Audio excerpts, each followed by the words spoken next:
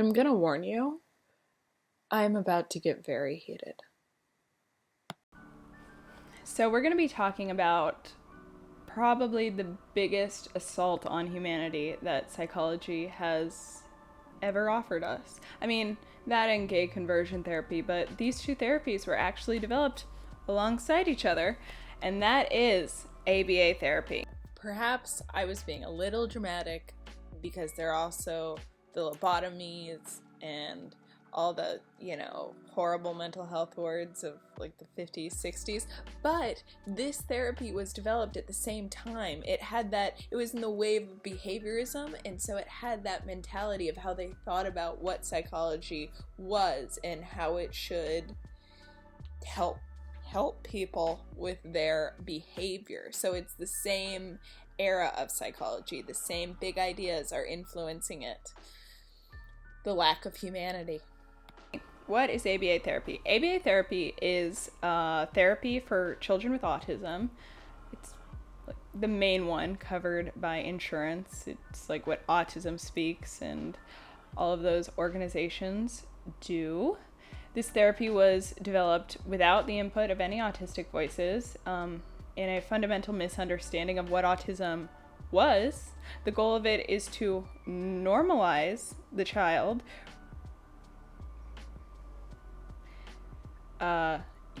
We're going to get into that, and it's just absolutely a tragedy. So, ABA therapy was developed at the time of behaviorism.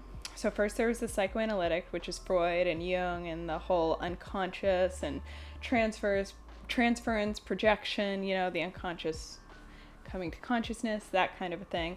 And then behaviorism was this super empirical method, and it's still used today, and it is good for stuff. Like the ABCs, antecedent behavior consequence. If you're trying to not eat cookies because you need to consume less sugar, and you notice, why did I eat this cookie? And you're like, what was the antecedent to my behavior of eating the cookie? And then the consequences of me feeling bad about it. Oh, I lit that candle that smelled really sweet. Oh, I should get a candle that smells like XYZ. Okay, So behaviorism is not all bad. I'm not the hugest fan of it because I love, the analytic, and I also love the humanism, Carl Rogers, that kind of work. But behaviorism has some awesome, awesome developments. Like CBT came from behaviorism, cognitive behavioral therapy, which is awesome. Just reading the CBT manual is proven to help you have better mental health from just reading the manual, So behaviorism isn't all bad, but this was definitely a really, really bad thing that came out of it.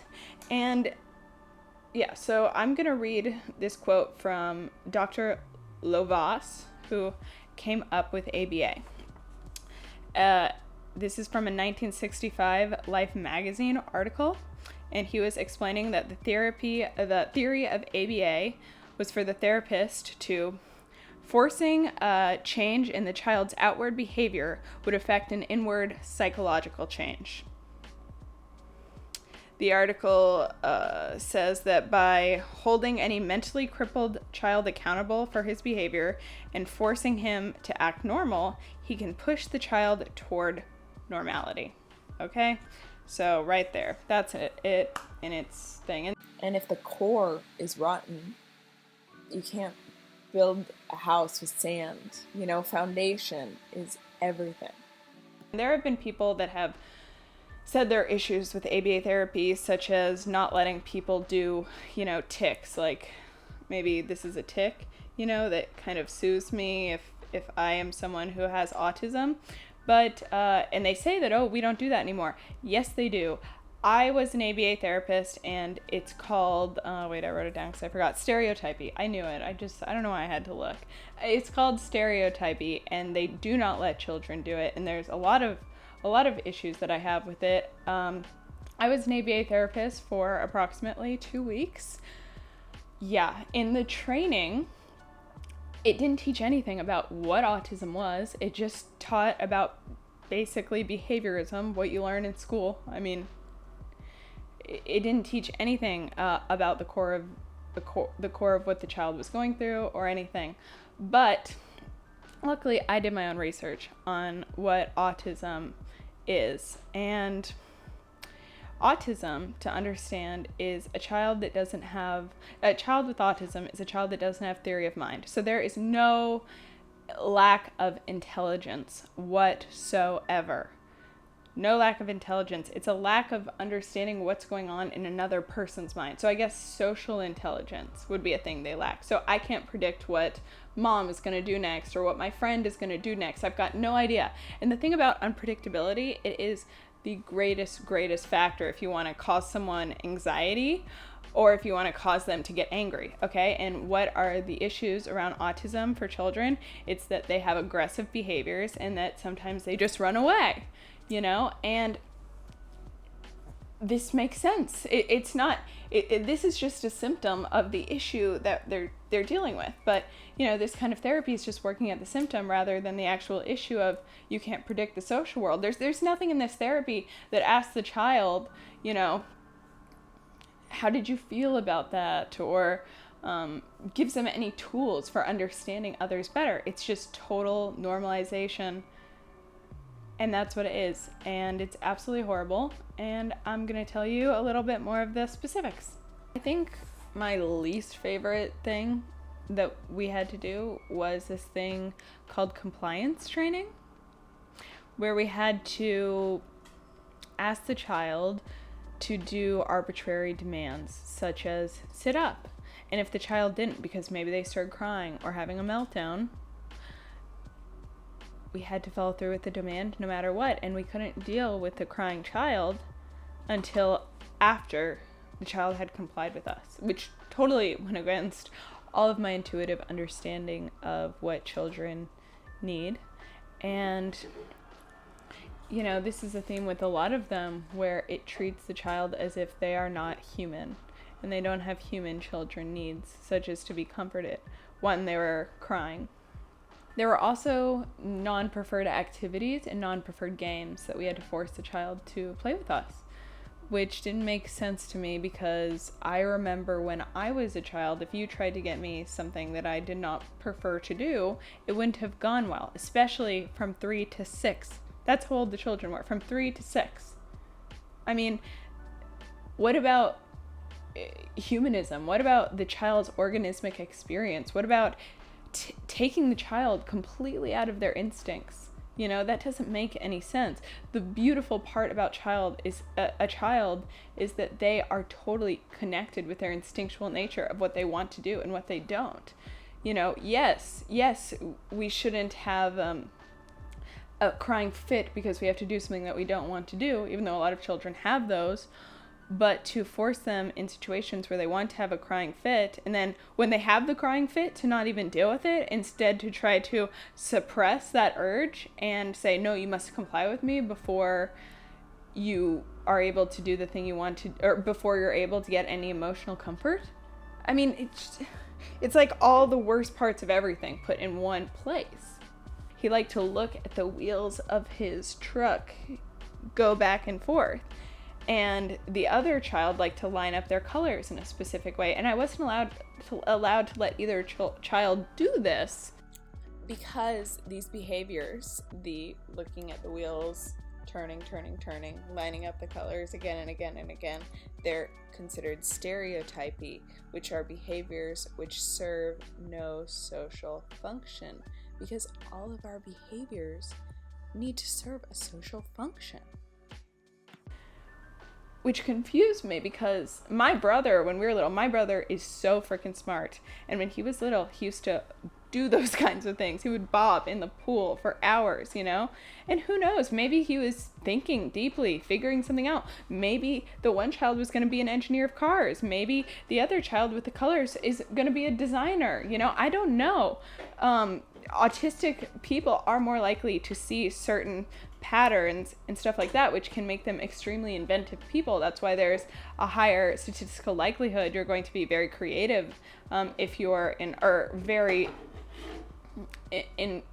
innovative. They can be very innovative people in their fields because they see patterns, and that's a big part of art, psychology, everything, science, to see patterns. It's awesome. And So yeah, I just thought that we don't know. We know that these are things all children do, so why aren't you going to let the autistic child do that? You don't know what the purpose of that is for. It might have a purpose that you're denying to the child. Every other child does it. Why can't this child do it? We were also told to, if the child did something, one would talk in gibberish. And when the child did this, we had to put it on extinction, which means completely ignore it. Same with, I was bit once by one of the children, and a lot happened in 2 weeks. And we had to put it on extinction, so totally ignore it. Because the gibberish talking was obviously a ploy for attention, so just put it on extinction. So that means just totally ignore it. And that just seemed, again, something that should have been addressed emotionally. Why do you feel you need to do this? Blah, blah. Not just asking the child to just repress this obvious cry for something, But that wasn't about it at all. It's about the outward behavior and suppressing the inward behavior for the desired outward behavior. And the absolute worst thing was appropriate play. It's the same with the colors and the wheels. I mean, who knows what appropriate play? Have you ever seen children play in appropriate ways? I mean, how many people made their Barbies, do some crazy stuff if you weren't killing them? Maybe that's just me. But, children don't play appropriately, but that's what the autistic child is supposed to do. It's just the measures that these children were held up to are measures no child should ever be held up to, because you don't want a child that's normalized. You're just... The big question is what the result of these practices are. And I'm not talking a result of tomorrow, next week, next year. I'm talking about an entire life, because anytime you're working with a child, you're influencing a child 3-6 years old, this is when their unconscious is being formed. Their unconscious beliefs, okay? Their unconscious rules of how the universe works, right?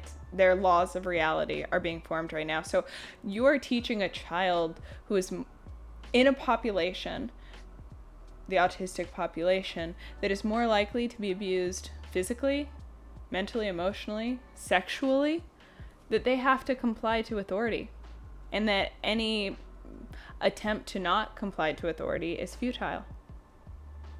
I mean, that is so disgusting. It's just absolutely repulsive. And yeah, and I don't even know why it's called therapy, because therapy is the whole thing about therapy is it brings you to your authentic experience, your authentic needs, wants, desires, your authentic impulses, okay? And this whole therapy is about normalizing you. So that's the exact opposite. So it's kind of like anti-therapy for children. I don't think I need to say anything more about that. And on top of it all, emotional repression leads to diseases in the body. If you have not familiarized yourself with Gabor Mate's work, you should read his book, When the Body Says No.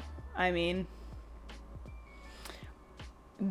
that, or do the audiobook. I honestly, it's the first audiobook I ever did, but I did it while I walked my dog, and it's really shocking. He's a medical doctor, and anyway, repression leads to physical disease in the body. So it's not only a worsening of quality of life generally, but also in a emotional, mental, spiritual level, on those levels, but also on a physical level, as above, so below. If this is so horrible, how does it keep going? Well, it's empirically validated. This is the crux of a big issue in psychology, and I think that this is the most visible manifestation of it.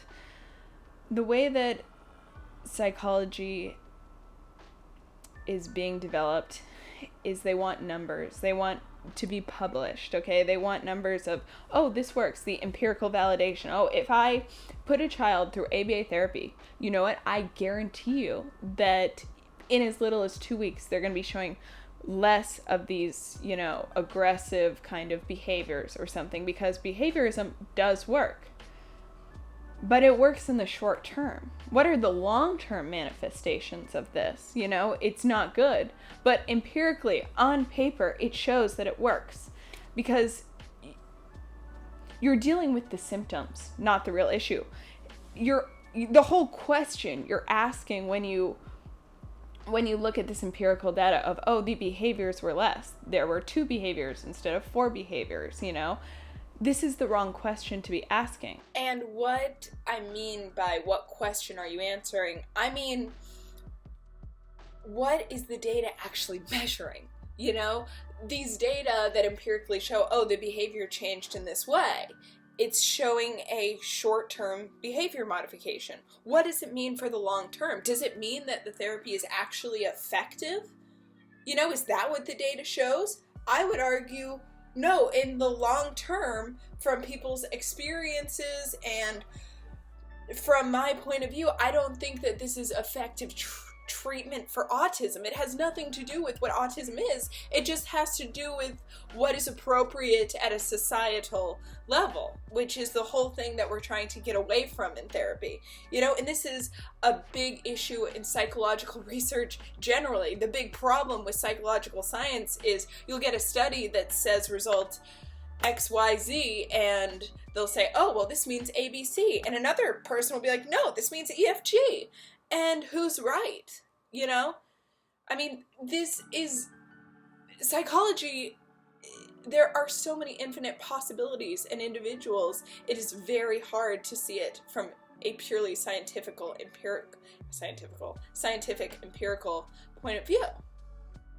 Sometimes things get worse before they get better. If you're really dealing with the heart of the issue, if you get to someone's heart of their issue, the thing explodes before it gets better, But instead of trying to get to the heart of the issue, it's a big problem in contemporary psychology of treating the symptoms, such as like my video on depression, okay? That was about how we deal with the symptoms of it. We medicate rather than saying, hey, going into it, figuring it out, or like the ADHD medication. My mom definitely would have been diagnosed with this as a child. Now, she ended up being an extremely, extremely hardworking, successful woman. And if she was put on these medication that these suppressed all of her extra energy to why she couldn't just sit in the classroom. She couldn't sit in the classroom because she was bored, because her sister had already taught it to her and all these things. But she was not able to sit in that classroom, and that was not something that needed to be medicated, that she needed to be put on such a serious drug as Adderall, okay? Putting a child on Adderall to deal with that symptom rather than dealing with the heart of the issue is just... The depression issue is different, because depression is, if you're going to kill yourself, and for some people the drugs do work, but a lot of it, if you take the drugs to suppress what's actually going on, more and more gets put into the unconscious to where it's just so much to deal with. You're actually just making the problem worse by only dealing with the symptom. And that's exactly what you're doing here. By just dealing with these symptoms and repressing the truth of the person, you're not helping them. But it's empirically validated, and therefore it can be covered by insurance, and that's our whole issue. We try to deal with things on these very logical bases, but when it comes to psychology, it is so mixed with your consciousness, this spiritual component. You can't see it by just numbers, and you make a lot of mistakes, such as asking the wrong questions, such as this, asking an empirical question that is wrong. Yes, it helps in the short term. Does that mean it helps? No, you asked the wrong question. Long term, these studies are not good. And there are a lot of autistic people that speak out about having gone through this therapy. If you want to hear more about it, I definitely would go and listen to those voices online. It's absolutely tragic. And I'm so sorry to everyone that has had to go through this. and has been failed by psychology. I mean, it's just an absolute tragedy, and I hope that psychology becomes less corporatized. And what I mean by that is, like, you know, it's all insurance. What will insurance pay for, you know? And I think that it will. I think that the world is changing and people are realizing this stuff, so yeah. So hoping for a better wave. Okay. That's all for today. So tried to end it on a positive note. I do believe that. And you know, if you were lucky enough to be in an experience where you were allowed to be your authentic self, you know, that is definitely not something to take for granted. And if you weren't, there are many ways to find your way back to it. I would recommend finding probably someone that has a, you know, certification. Licensure, not certification, licensure, such as a PsyD, PhD, LMFT. In-depth psychology, you know, find your way back to that authentic experience. It is worth it. And that's what life's all about, in my opinion, finding the authenticity. So